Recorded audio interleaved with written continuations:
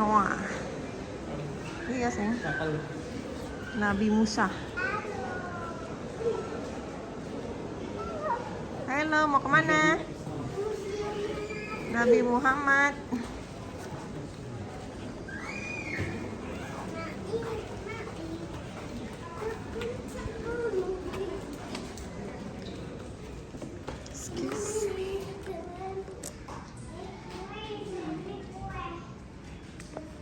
Sini kakak sayang. Oke.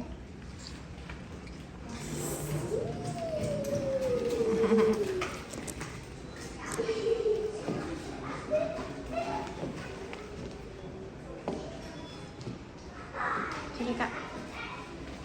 Nanti kita beli, oke?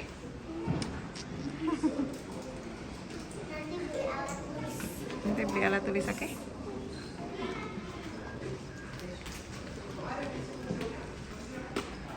Ayo muncul lagi. Kita beli tiketnya satu apa banyak? 5 kan? Ya 5 orang berapa tadi? 1 juta ya? 1 juta lah. Ya udah yuk, let's go.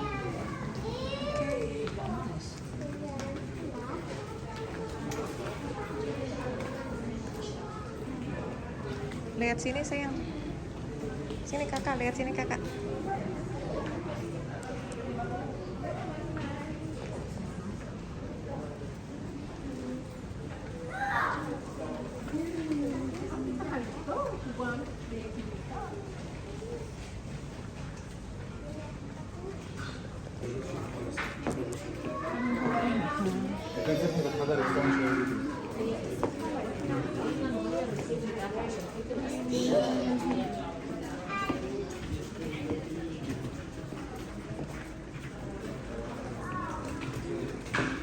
Osman.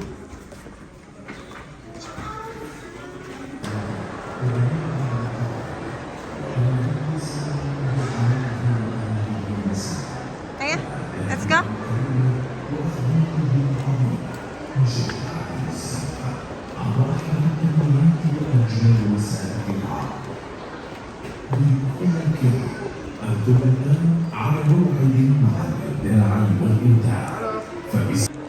Tuh kakak, nanti malam kita lihat dari atas gini tuh.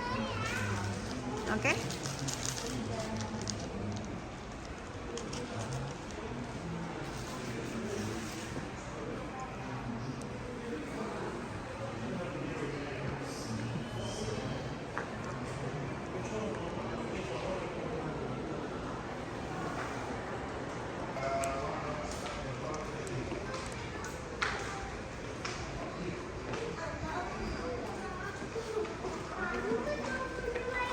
Tuh. Halo Bashir. Assalamualaikum.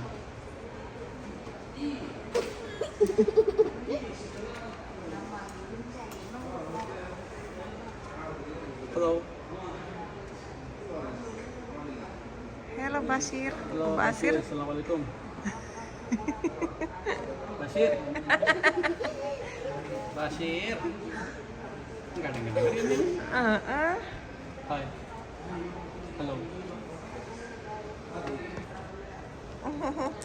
Dari mana? Dari Indonesia. Tentu, Bogor. Oh. Maka alam Rahman adalah inti pusat alam semesta, inti bumi dan berbagai pilihan. Di bumi ini terdapat Ka'bah yang mulia. Ia adalah rumah Allah yang suci, yang pondasi-pondasinya didirikan oleh Ibrahim alaihissalam. Diriwayatkan bahwa ia sejajar dengan Baitul Ma'mur, tempat tawaf para malaikat alaihissalam di langit. Adapun tempat ini, ia adalah sumber Zamzam yang dialirkan oleh Allah Subhanahu wa Ta'ala untuk Hajar radhiyallahu anha dan putranya Ismail alaihissalam.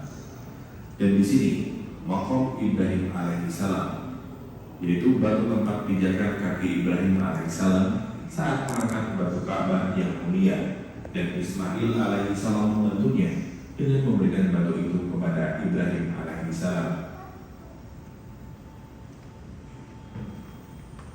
Dan ini adalah Hijr Ismail alaihissalam yang ada di antara rukun atau sudut Syami dan rukun Gharbi atau Yamani. Ia adalah bagian dari Ka'bah yang mulia. Dan ini adalah Bukit Sofa, Tuh yang tempat semalam memulai tuh. sa'i dalam manasik umrah. Semalam kita kesini ya. Sedang bukit lainnya yang di sebelahnya adalah Bukit Marwah. Ya kakak kesini semalam Di ya. antara dua bukit inilah Hajar radhiyallahu anha berlari-lari kecil untuk mencari air. Tuh. Ada tikus. Dan ini adalah rumah Abdullah bin Abdul Muthalib, tempat kelahiran Nabi Shallallahu Alaihi Wasallam. Mami sama mami aja. Oke. Cina mama mia mama. Dan di dekat Bukit Marwah, kita dapat melihat rumah istri pertama Rasulullah Shallallahu Alaihi Wasallam, yaitu rumah Ummul Mukminin Khadijah binti Khuwailid radhiyallahu anha, Gendong. perempuan pertama dalam Islam.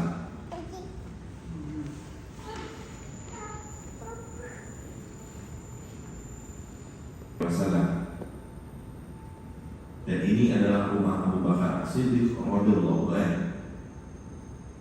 Sedang ini adalah Darul Nadwah, tempat pasokan penting bagi para pemimpin Quraisy dan pembesar Makkah. Dan di samping Bukit Sofa, kita dapat melihat Darul Arqam atau rumah Al-Arqam bin Abu Al-Arqam. Dahulu kaum muslimin berkumpul secara sembunyi-sembunyi di sana pada awal dakwah Islam agar tidak terlihat oleh kaum musyrikin. Dan ini adalah pondok permukiman Bani Hashim, tempat Nabi Shallallahu Alaihi Wasallam dan Bani Hashim diblokade oleh kaum Quraisy selama sekitar 3 tahun.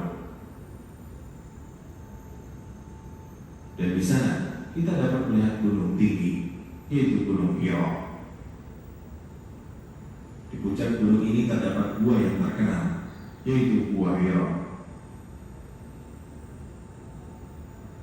tempat Nabi Shallallahu Alaihi Wasallam bermunajat selama bermalam-malam. Dan di sanalah Jibril alaihissalam turun dengan membawa ayat pertama dalam Al-Quran, yaitu bacalah dengan menyebut nama Tuhanmu yang menciptakan. Dan di sini, di selatan Makkah, terdapat gunung yang agung, yaitu Gunung Saur. Di gunung ini terdapat Gua Saur, tempat Nabi Shallallahu Alaihi Wasallam dan sahabat beliau Abu Bakar As-Siddiq radhiyallahu anhu bersembunyi selama 3 hari. Lalu keduanya berangkat menuju utara ke arah Madinah Al-Munawwarah. Berpindah menuju pemasaran Nabi Shallallahu Alaihi Wasallam melalui perjalanan yang diberkati. Nabi Shallallahu Alaihi Wasallam tiba di Madinah Al-Munawwarah pada hari Senin, 18 Rabiul Awal.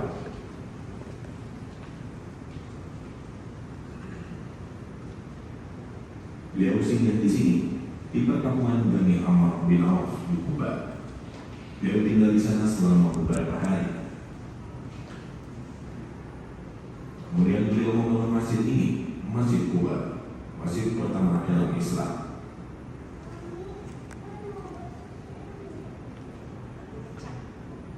Beberapa hari kemudian beliau melanjutkan perjalanan menuju jantung kota Madinah. Lalu beliau sholat Jumat di sini, di Masjid Bani Salim bin Auf yang disebut dengan Masjid Al-Jumu'ah. Kemudian Nabi Shallallahu Alaihi Wasallam tiba di jantung kota Madinah. Lalu unta beliau Al-Qaswah menderung di tempat Masjid Nabawi yang mulia. Kemudian beliau dijemput oleh Abu Ayyub Al-Ansari radhiyallahu anhu di rumahnya. Dan hal pertama yang dilakukan Nabi Shallallahu Alaihi Wasallam adalah membangun Masjid Nabawi yang mulia. Beberapa bulan kemudian, Nabi Shallallahu Alaihi Wasallam membangun kamar-kamar untuk istri-istri beliau, para ummul mukminin. Di sini kamar ummul mukminin Aisyah radhiyallahu anha. Di sini kamar ummul mukminin Saudah binti Zam'ah radhiyallahu anha. Di sana kamar Hafsah radhiyallahu anha. Dan setiap kali beliau menikah, beliau akan membangun kamar untuk istri beliau di sini, di timur Masjid Nabawi yang mulia.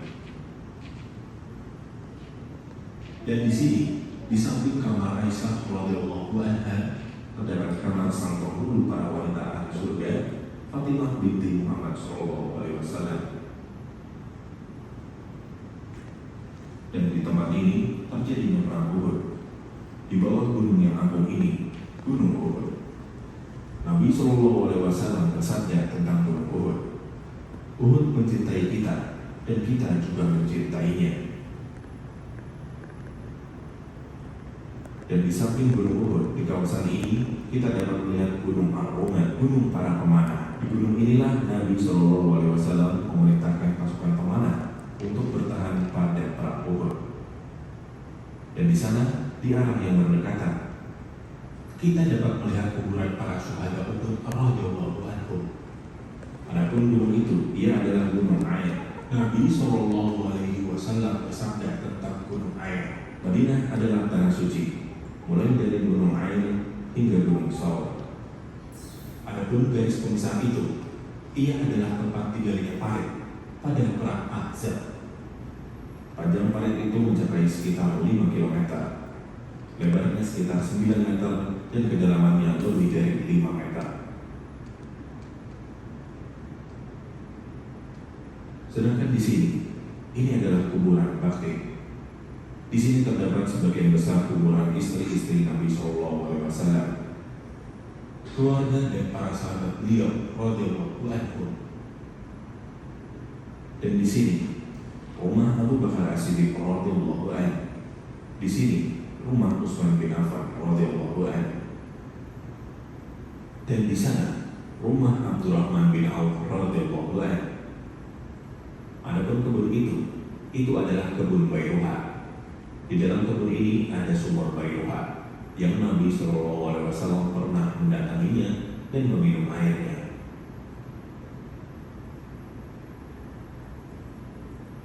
Sedangkan tempat ini, ia adalah Saqifah Bani Sa'idah, tempat pertemuan para pembesar sahabat radhiyallahu anhu untuk bermusyawarah dan memilih khalifah untuk kaum muslimin setelah Nabi SAW wafat. Ya, Bapak itu pengunjung yang terhormat. Tergantung, ini adalah wadah air tergantung yang ada di dalamnya air secukupnya. Jika kita keluar dari rumah Nabi yang mulia, menaiki tangga yang terbuat dari batang rumah itu, maka di atas rumah kita bisa melihat ada sebuah kamar berukuran kecil yang disebut dengan Al-Masyarah. Hai orang-orang yang beriman, di kamar yang mulia inilah Rasulullah SAW hidup bersama Aisyah radhiyallahu anha, manusia yang paling dicintai olehnya, menjalani kehidupan yang indah, dipenuhi dengan kasih sayang, diperangi oleh kesucian, dan dibangun dengan relasi yang buruk. Disinilah hidup seseorang yang dunia diterangi oleh risalahnya dan membahagiakan dunia dengan syariatnya. Setelah 9 tahun wafatlah Rasulullah SAW. Beliau menghembuskan nafas terakhir dalam keadaan bersandar di dada Aisyah radhiyallahu anha. Maka beliau dikuburkan di dalam rumah yang mulia ini, sedangkan Aisyah tetap tinggal di rumah yang sama. Setelah kurang dari 3 tahun, wafatlah ayahnya, Abu Bakar As-Siddiq radhiyallahu anhu. Maka beliau pun dikuburkan di samping sahabat terbaiknya, Sallallahu Alaihi Wasallam. Aisyah tetap tinggal di dalam rumah yang mulia ini dengan memasangkan tirai penutup untuk kuburnya. Setelah sekitar 10 tahun, Syaikhullah Umar bin Al-Khattab radhiyallahu anhu yang sudah meminta izin kepada Aisyah sebelumnya supaya dimakamkan di samping kedua sahabatnya. Beliau pun diberi izin dan dimakamkan bersama keduanya. Lalu Aisyah membangun dinding yang memisahkan antara kubur yang dimuliakan dengan sisa bagian rumahnya yang mulia. Aisyah menjadikan sisa ruangan ini untuk sholat dan ibadah. Aisyah tetap menjaga bagian kecil ini yang dulunya ruangan luas yang beliau isi dengan ilmu, pengajaran, dan pendidikan. Kaum muslim datang dari seluruh penjuru bumi untuk memberikan salam kepada ibu kaum mukminin yang menjaganya sampai menuntut ilmu darinya. Demikianlah beliau lakukan sampai wafat. Kemudian Aisyah dimakamkan di pemakaman Al-Baqi dan ditutuplah rumahnya yang mulia dengan rapat. Kondisi ini terus berlanjut hingga tahun 88 Hijriah. Pada masa kekhalifahan Al-Walid bin Abdul Malik rahimahullah, Umar bin Abdul Aziz mengembalikan kejelasan rumah yang mulia ini atas perintahnya untuk menjaga kedua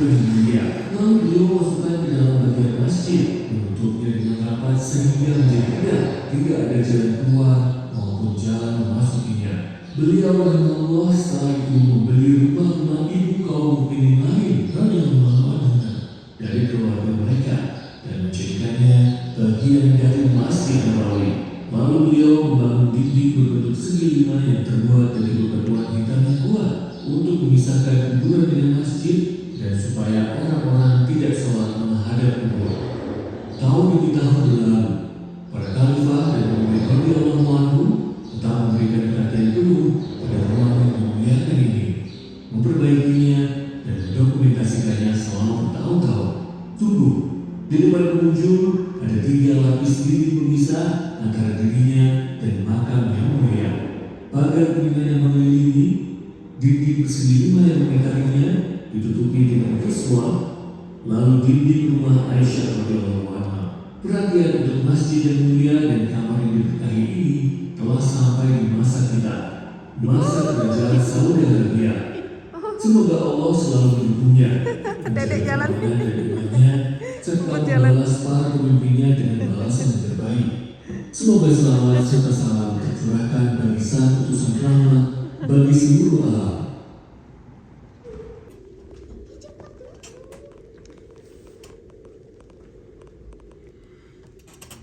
Halo, nonton bioskop Sumur Zam-Zam. Ibrahim alaihissalam Tolong, di sayang. Mekah. Air Zam-Zam, kisah penggalian Zam-Zam, pembangunan Baitullah.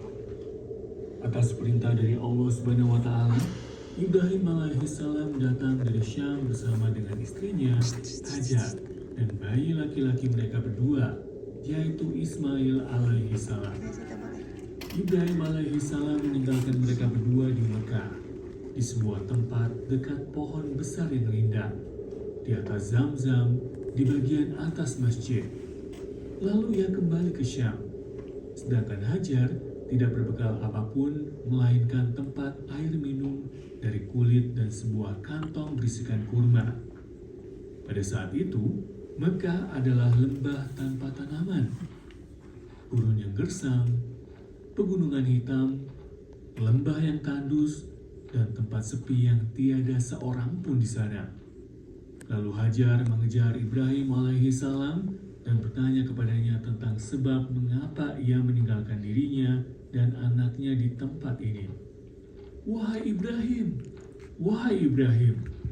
kemana engkau akan pergi meninggalkan kami sendiri di lembah yang tidak ada siapapun dan tidak ada apapun ini?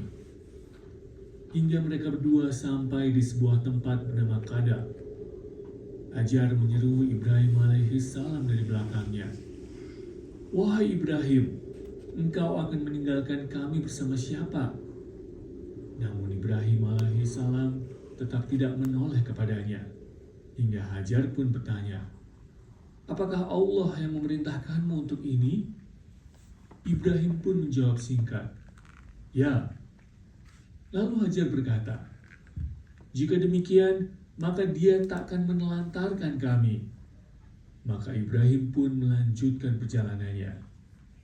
Hingga ketika ia tiba di Saniyah, dan dirinya sudah tidak terlihat lagi oleh mata, Ibrahim pun menghadap ke Baitullah, lalu mengangkat kedua tangannya sembari berdoa.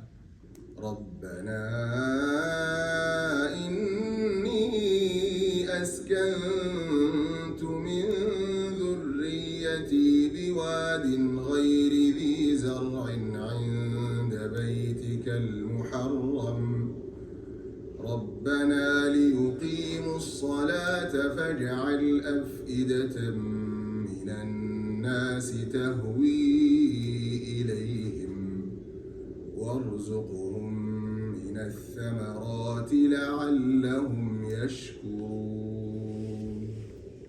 Maka Hajar bersama putranya Ismail alaihissalam menetap selama beberapa hari di lembah tersebut. Hingga perbekalan makanan dan minumannya habis, maka kepanikan pun muncul. Rasa khawatir timbul. Ia pun segera berlari ke sebuah lembah yang dekat dengannya, yang kedua ujungnya berakhir pada sebuah bukit.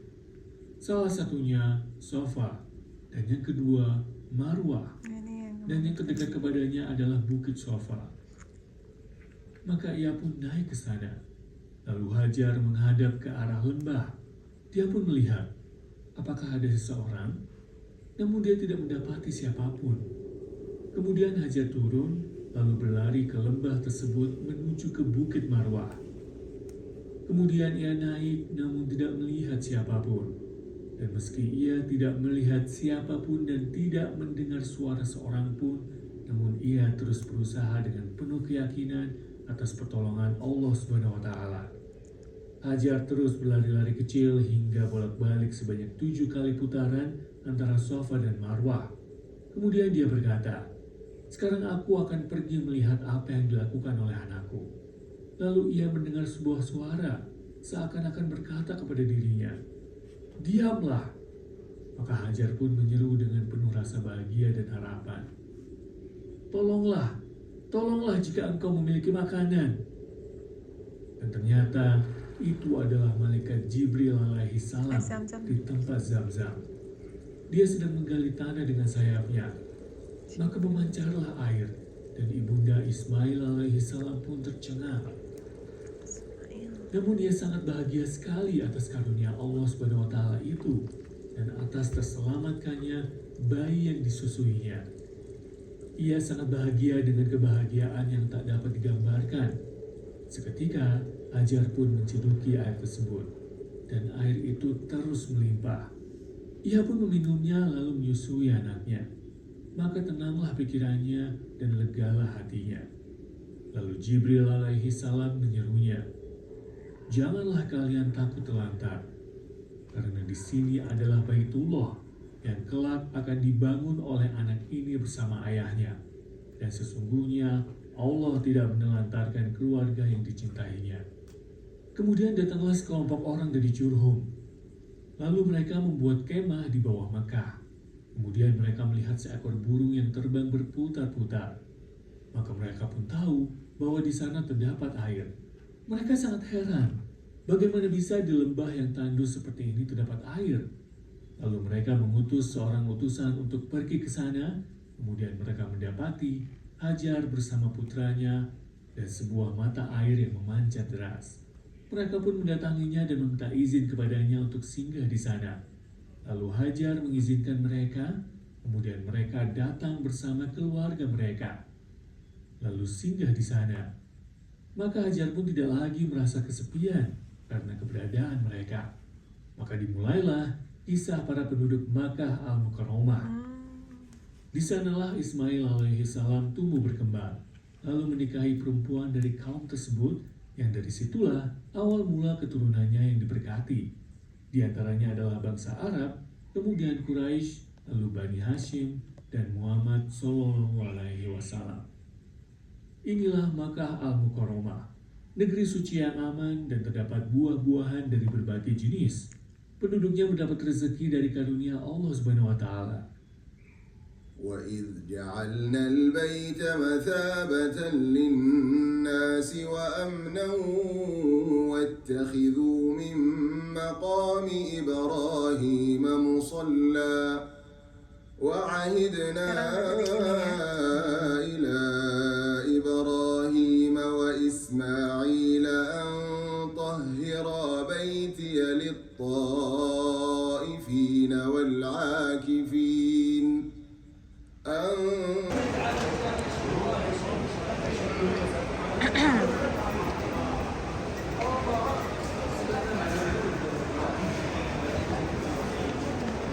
kita bisa masuk ke Dubai.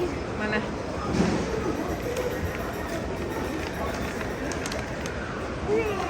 Coba kasih lihat Mami, dapat Dubainya. Wah, kita cobain nanti ya. Oke. Terus beli apa lagi? Oke, gantungan Ka'bah. Kita habis dari museum Nabi Muhammad SAW. Kakak dapat apa? Parfum. Coba cium. Wangi.